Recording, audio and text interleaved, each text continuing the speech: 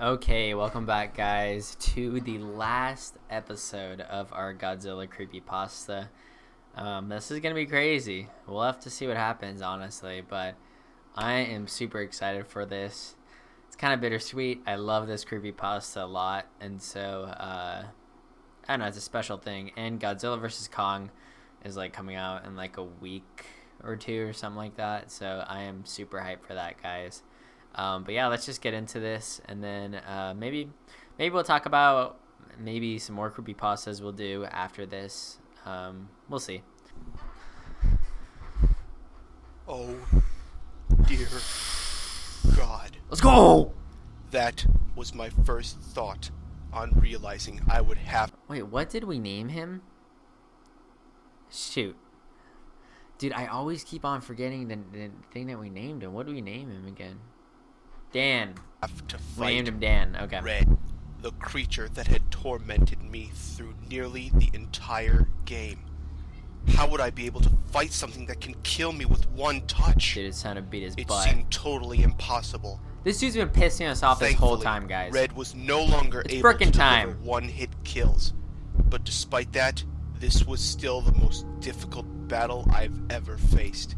In this game or otherwise. Well, yeah, I'd assume it would be. If I had any real comprehension... Dan, this dude's a damn demented demon that corrupted this game.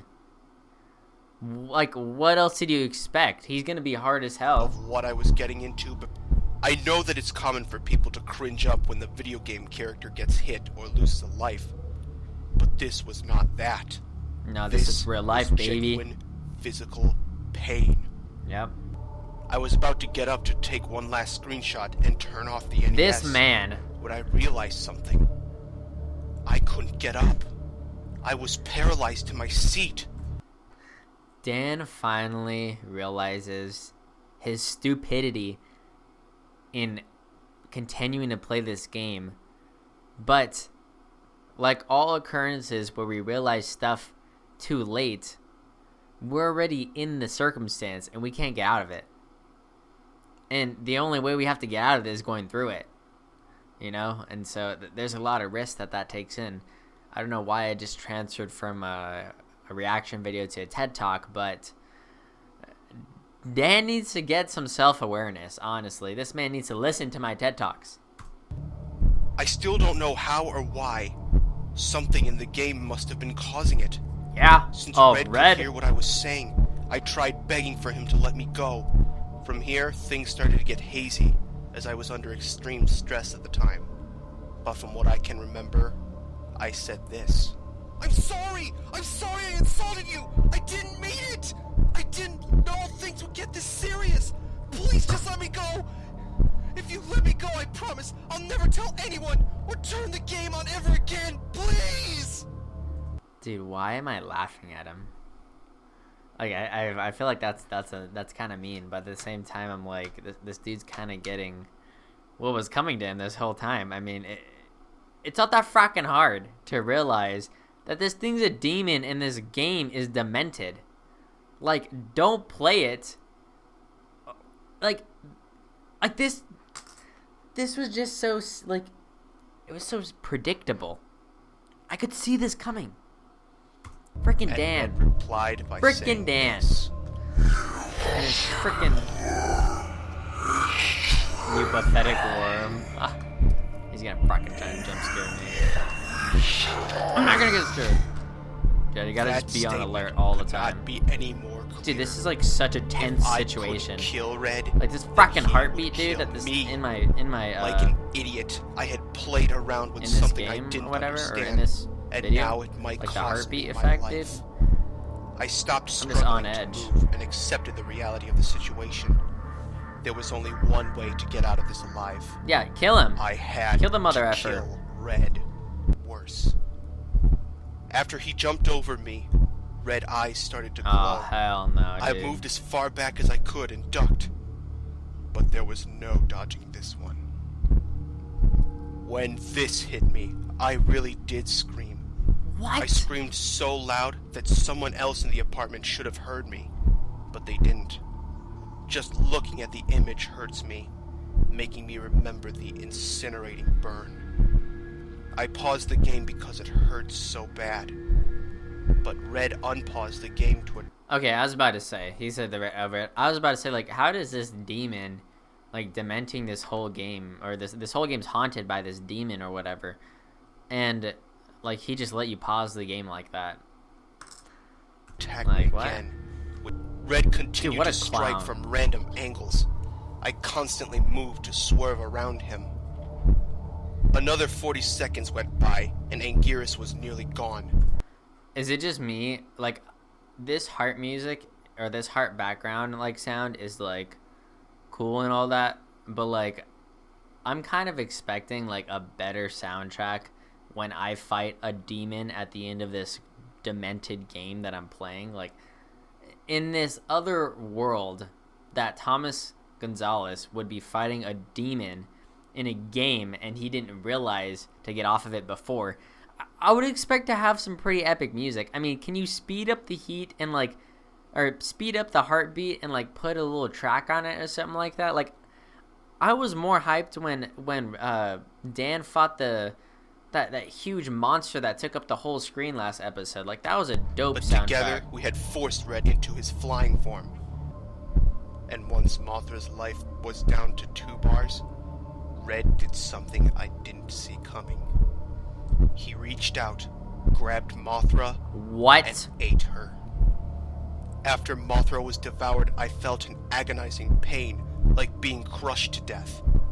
Mothra had been killed for my stupidity, and I would share the pain.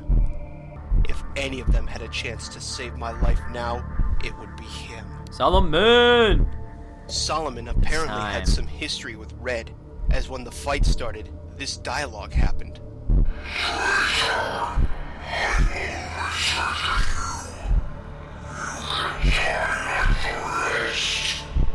I'd rather die than desert you. Dang, Solomon. Red took me by surprise again by immediately burning me with his demonic fire a second time. When that failed to work, he tried to devour Solomon like he had Mothra, but he wouldn't be eating my monster this time. I struck Red with one final blast of Solomon's heat. Let's go! And he slunk to the ground, burning and withering from the heat You beam. freaking... I thought I had won, but something was wrong. Red wasn't sinking to the bottom, and I still couldn't move. Please tell me this man doesn't, like, transform into another boss. Red was still alive.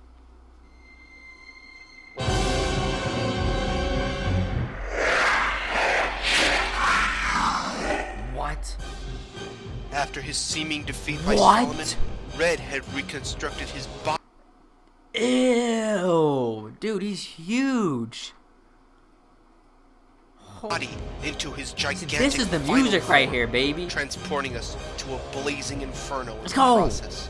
It was reminiscent of our first encounter, except now the scenery, much like the true power of Red, had become very real.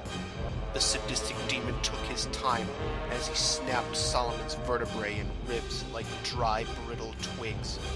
I could tell he was enjoying our pain. Dude, the imagery in this is amazing.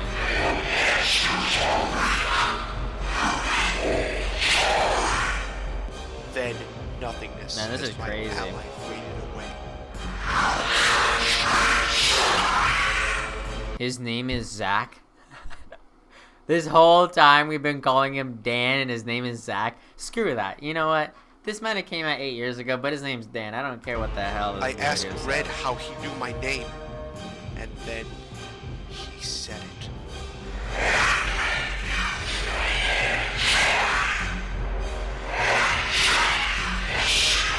Dude, this voice though.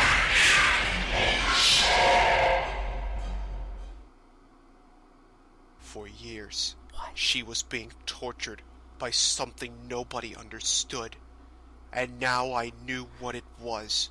Dude, like, you know that feeling when you're watching something and, like, you just get those chills in your back because, like, you're so shocked? Dude, this is crazy. Holy moly. This is like even worth more than anything now. This man, this demon, killed the person that he loved. Like, this just got 10,000 times more personal, more crazy. Now I understood why I was mocked about Melissa's death. I feel like I'm in and how the game front knew seat about of it. like the greatest Because matchup he of all knew time. about it. Because Well, he was the hopefully. one responsible. Because And Dan's this getting time, destroyed. he was going to kill me. No, don't believe that.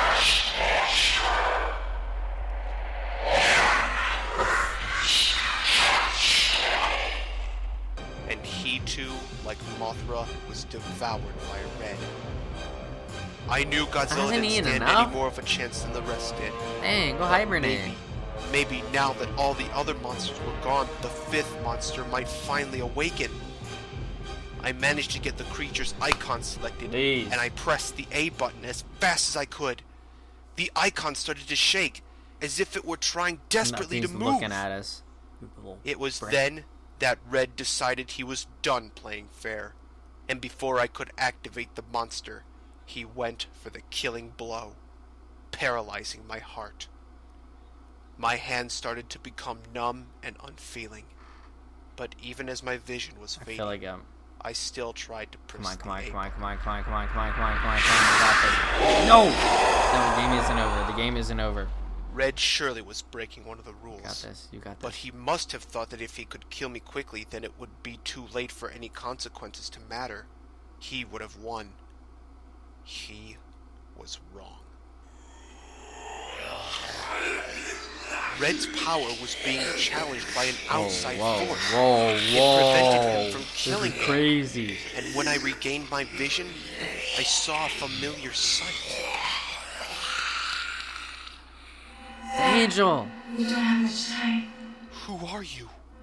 You already know me. I am Melissa. Melissa! What? Dude, she's back, baby. How is that possible? This is crazy. Red told me that he killed you. It's true. Even after death, he tortures me. What? If you can't stop him, he'll do the same to you. But how will I be able to stop him now? I can't fight Red, but there is one who can. I will release him from Red's grasp.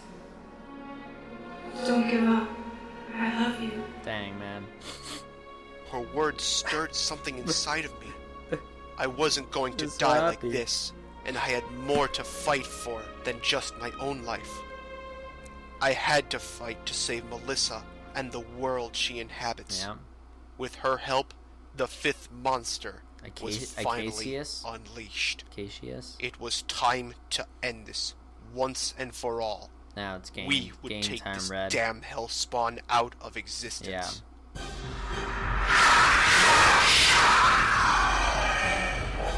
Acacius was by far the strongest playable monster in the game.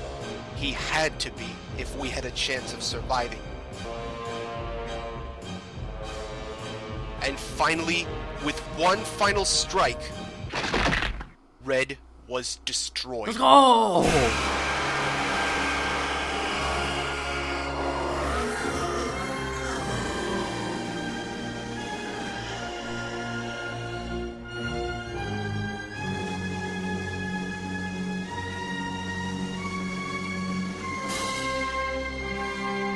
Hell yeah, baby! We had done it. Melissa's death had been avenged, and I felt overwhelming happiness. Until I remembered all the death and pain that led up to this point. All the other monsters who had fought and died. I was about to mourn them, but the game had yet to conclude. Melissa.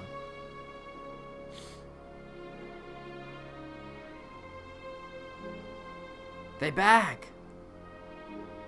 Tears of joy streamed down my face, and I broke out crying. I cried harder than I had in several years, It's crazy. maybe in my whole life. All I had been through, all I had discovered, and now the game was coming to an end. But before she and the others left, Melissa had something to tell me. You have saved us. together again someday.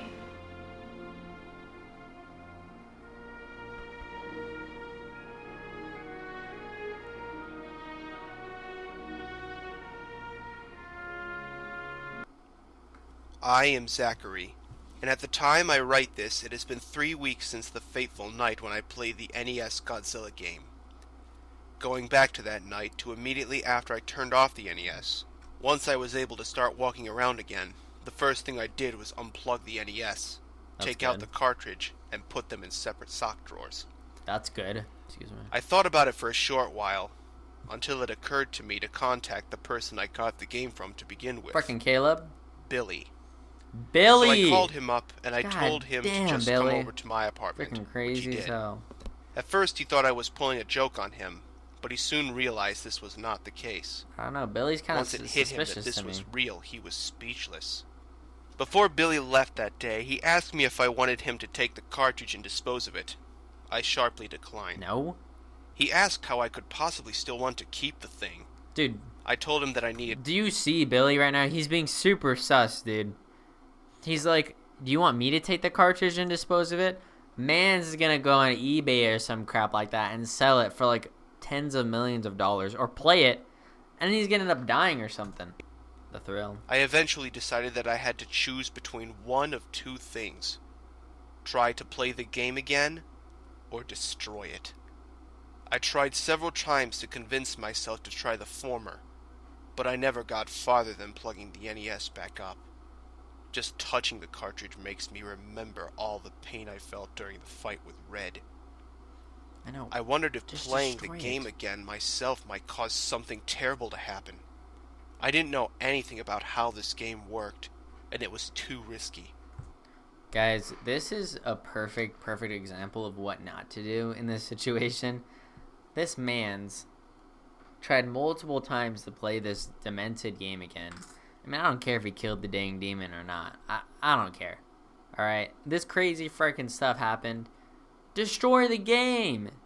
No one should ever have to play through that, experience that ever again. And you shouldn't even want to chance that. Dude, Dan is crazy. I wasn't sure I could stand another round of the game anyway. So then it was time for the other option. Wanting to get some fresh air, I took the game with me and drove to the lake, planning to throw it in.